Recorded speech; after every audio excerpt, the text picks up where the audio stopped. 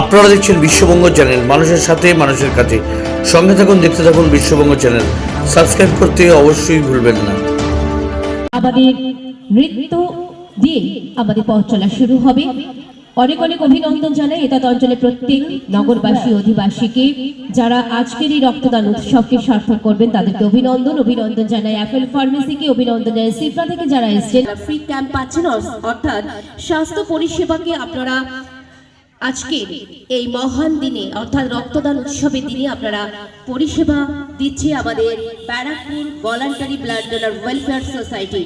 তাদেরকে অভিনন্দন জানাই আমাদের প্রত্যেক নগরবাসীকে, এবং প্রত্যেককে বলবো আপনারা সুস্বাস্থ্যের অধিকারী অবশ্যই হতে পারেন।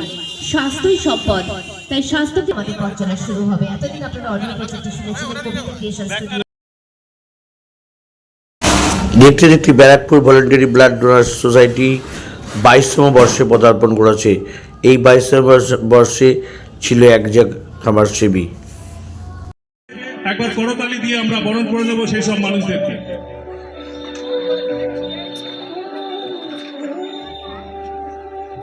সব রকম জুড়ে থাকবে, এখানে বাচ্চারা থাকবে, এখানে মঞ্চের অতিথিরা থাকবে, আমরা ধারাবাহিকভাবে আমাদের নৃত্য থাকবে আমাদের মধ্যে। আমাদের না, আমরা সেই অনুযায়ী আমাদের বরণ করে নেব।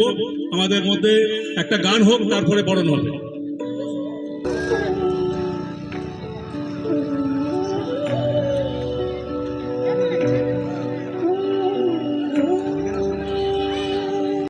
শিউলি পঞ্চায়েতের উপপ্রধান মাননীয় ম্যাডাম সোমা মালিককে মঞ্চে ডাকছি।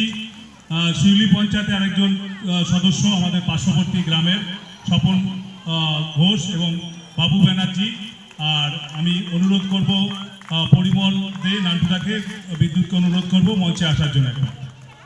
একটু জোরে করতালি স্মারক সম্মেলনে সম্মানিত করব। অনেক অনেক অভিনন্দন, তার প্রতি ভালোবাসা, তার প্রতি প্রণাম, তার প্রতি শ্রদ্ধা। বিবেকানন্দের অপার ভালোবাসা মানুষের কাছে তিনি তুলে ধরছেন, মেলে ধরছেন। ফুলের মতো শিশুদেরকে লালন পালন করছেন।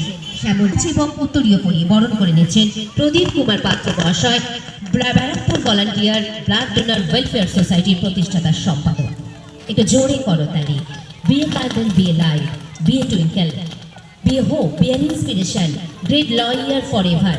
আমরা তাকে অভিনন্দন জানাই আজকের এই উৎসবে আসার জন্য। আন্দোলনের অন্যতম যোদ্ধা, উত্তর 24 পরগনা শুধু নয় সমগ্র রাজ্য জুড়ে যিনি রক্তদান করে মানুষকে রাজু দত্তকে আসার জন্য অনুরোধ করছি। আমি ধারাবাহিকভাবে বক্তব্য এখানে ব্যাপারটা একটু কম থাকবে। আজকে শুভেচ্ছাটা আমাদের মধ্যে দিলে হবে। মহারাজ আমাদের আশীর্বাদ, অভিভাবক, মহারাজের সমস্ত নির্দেশ অনুযায়ী আমি কাজ করি। আনন্দের মাননীয় রিপোর্টার, আমরা তাদেরকে মঞ্চে আসার অনুরোধ করব। একটু অন্য ধাতে চলে যেতে হবে। আমরা মধ্যে গান শুনে নেবো, কেন দিদি আসলে আর গান শোনা যাবে না। দিদির বক্তব্য সেই বিন্দু মাসির ধারাবাহিকভাবে মঞ্চের নিচে যারা রয়েছেন আমাদের মধ্যে সত্যজিৎ গাঙ্গুলি রয়েছেন, আমাদের দীনেশ মণ্ডলকে আমি মঞ্চে আসার জন্য অনুরোধ করছি। Thank you. আমাদের মধ্যে রক্ত দিয়ে গেছেন, আমাদের অত্যন্ত সাধুবাদ জানাচ্ছি। ঠিক আছে, এরপরে আমাদের একটা জিনিস সব জায়গায় ভুল হয়ে যায়। আমাদের প্রিয় অ্যাঙ্কার, আমার ছোট বোন, যেভাবে করে আজকে প্রায় 50 জনের অধিক রক্তদাতা দেবে। আমরা ব্যারাকপুর ব্লাড ডোনার ওয়েলফেয়ার সোসাইটির পক্ষ থেকে ধারাবাহিকভাবে জেলার বিভিন্ন জায়গা, বিভিন্ন প্রান্তে আমরা নিরাপদ রক্ত সঞ্চালনের জন্য মৃত্যু পথযাত্রী মানুষদের পাশে দাঁড়ানোর লক্ষ্যে আমরা থাকি। প্রত্যেক বছর আমরা ধারাবাহিক অনুষ্ঠানটা করি। আজকে 22তম রক্তদান শিবির ব্যারাকপুর ব্লাড ডোনার ওয়েলফেয়ার সোসাইটির পক্ষ থেকে করা হচ্ছে। আমরা আগামী 24 তারিখ অর্থাৎ 24শে জানুয়ারি কম্বল বিতরণ করেছি, শীতবস্ত্র প্রদান। আমরা যেহেতু এখানে অনুষ্ঠানটা অনেক বড় আকারে হয়, আমরা যারা শীতবস্ত্র নিতে আসবে আমরা নীরবে 100 মানুষকে আমরা নীরবে কম্বল প্রদান করেছি।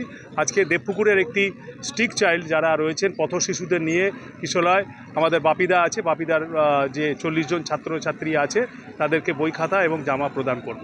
আমরা চাই, মানুষকে আহ্বান করতে চাই, আপনারা এগিয়ে আসুন, এগিয়ে এসে মানুষের কাজগুলো করুন, মানবতার বন্ধনকে আরও সুদৃঢ় করুন, মানবতার জয় হোক, মানবতার দেওয়াল গড়ে উঠুন।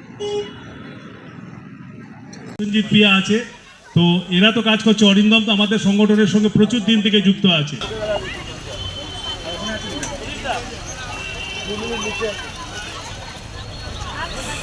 যারা রয়েছে টেস্ট করে নাও বিনা পয়সায়। যারা রয়েছেন আমাদের মোহনপুর থানারও বলছি, সময় পায় না, আপনারা ব্যস্ত থাকেন, কিছু টেস্ট এখান থেকে করে নিতে পারেন।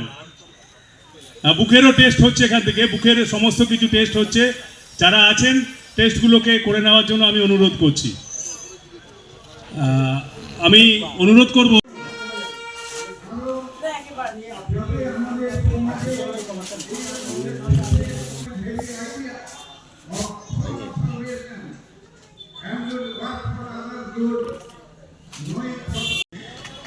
তাদেরকে, আর যারা এই রক্তদান শিবিরটা করছে তাদেরকে, কারণ এরা দুজন যদি না থাকতো তাহলে মঞ্চে আমরা যারা উপবিষ্ট হয়েছি মাইক্রোফোন ধরছি তাদের কোনো মূল্য থাকতো না।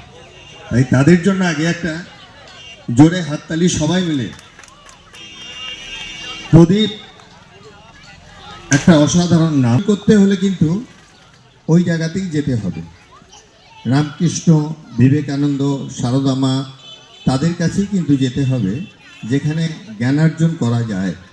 তাই ওনারা যেখানে মঞ্চে থাকে সেখানে নতুন করে বলার কিছু থাকে না, এবং মঞ্চে উপবিষ্ট যে সমস্ত